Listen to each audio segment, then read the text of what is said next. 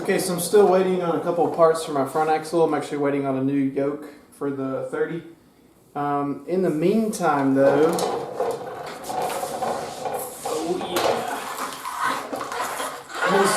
I'm gonna start working on these. So I finally pulled the trigger on some tires. These are 35, 1250, 15 BFG Mud Terrain KM3s. I never had KM2s in the past, although millions of people did, and they were a really good tire. But I had the original KMs, and I thought they were awesome tires. So in the past, I've had MTRs, I've had Duratracs, I've had STT Pros, a few other all-terrains and stuff. So I'm going to go for the KM3s for this one, since it's going to be mainly a off-road toy. So I'm not worried about driving on ice and snow that much. So mud terrain is perfectly fine, but it's still a very streetable tire. So we'll go ahead and start dismounting these guys. These are my 31, 1050, 15 BFG All Terrains, the original KOs. And there's quite a bit of difference there. It doesn't look as dramatic, as I thought it would going up 4 sizes, but it's definitely going to be a lot bigger. I think it's going to fit the Jeep really good too.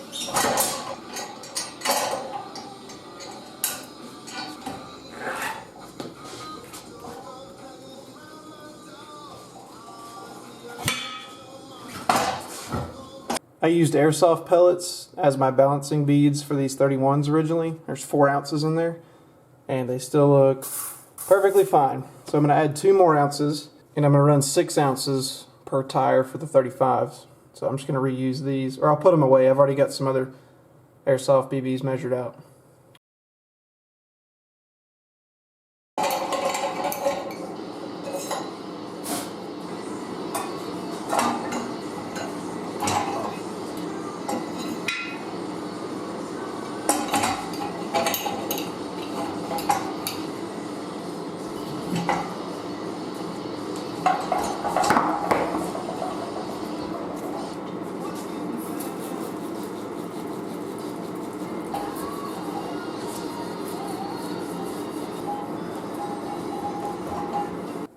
Got it cleaned off. I got a couple of inserts that I need to push in right here. The old 2 popped out.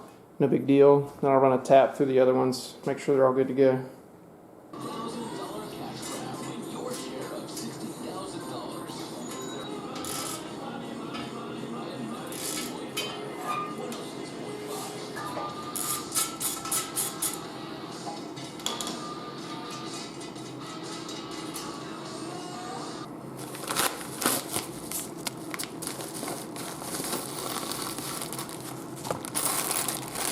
New bolts.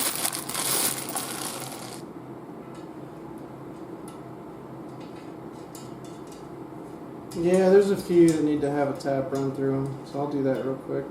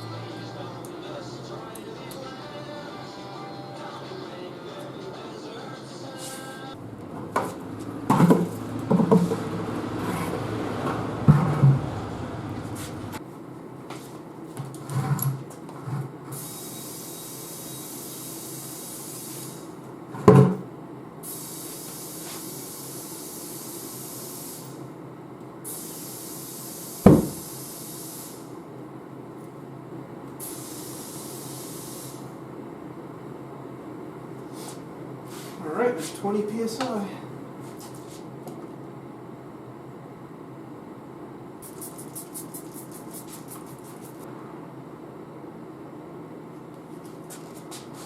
Alright, all good.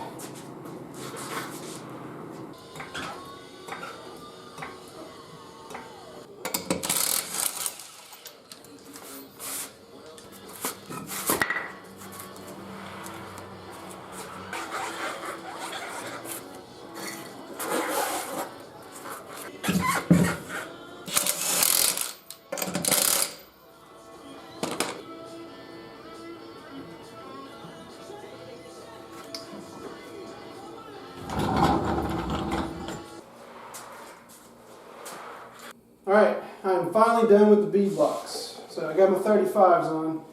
That took quite a while. It took probably about a week because I've been really sick and I just haven't had energy and trying to do one a day. I finally did the last 2 or 1.5 tonight. So wheels and tires are done. I think it looks awesome. It's so much bigger. Obviously this wheel is not bolted up since the front axle is disassembled so that I can do my gears. But that's roughly how it's going to sit. The rear is on its weight and the front is pretty level with the rear, so that's roughly how it's going to look when it's done. That wheel will be tucked up in there a little better, obviously. So that wasn't too bad. I had a few issues with a couple of the beadlock rings. They were bent. So I had actually snapped a couple of bolts when I was trying to torque it down because I didn't realize how bent they were. But I put them face down and just hammered them flat. No real science to that. I just beat them until they looked pretty straight. And then they went back on with no problem. If you're going to do beadlocks, I definitely recommend that you tap all of the beadlock holes or all of the ring bolt holes before you either put them on for the first time or if you swap, like me, to a different tire. I have a dedicated 5/16 18 tap that I keep in my toolbox that's just for these wheels. That plus a little bit of anti-seize is highly recommended. So next up will be my gears. I finally got my last part in. This is a new yoke for the front for the Dan 30 because I'm going to convert it to use U-bolts, not U-straps. So hopefully that'll be the next video, actually working on the Jeep.